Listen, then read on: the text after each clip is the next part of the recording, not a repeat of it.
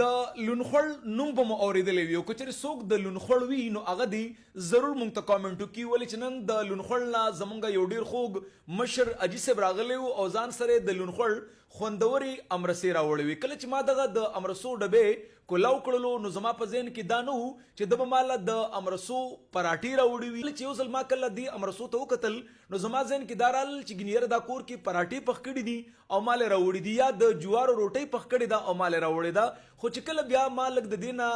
راواغستل او ورته مې وکتل نو واقعي د لونخړ غټې غټې امرسي او په دغه امرسو کې بیا وړې وړې امرسي چې دې دپاره هم راوړې وي چې یوازې تا دپاره نه بلکې ستا د سټاف والا دپاره هم دي نو هغې له هم راوړې وي او ما له هم راوړي دي. اجي صاحب که چېرې دغه ویډیو ګوري د هغه ډېره مننه کوم او اجي صاحب دغه د لونخړ امرسي مالا په دې خوشحالۍ کې راوړي دي چې د هغه کومه کور ودانې وه هغه د ډېرو مختلفو مسلو سره د بیمارو سره مخ وه او ډېر بلها ډاکټرانو له بوتلې وه خو هغه نه وه ټیک شوي. اکثر زه ذکر کوم چې په زنانو کې بعضې زنانه داسې وي چې هغې ته د بیمارو جاله ویلی کېږي کوم ته چې موږ په میډیکل ټرمینالوجي کې فایبرومایلجیا وایو هغه بیماران یا هغه مریض چې هغه کې یو ځای روغ نه وي هغې ته ویلی کېږي د بیمارو جاله زموږ د پښتو په ژبه کې او په میډیکل ټرمینالوجي کې هغې ته موږ فایبرومایلجیا مریض وایو. نو هغه څوک چې هغه د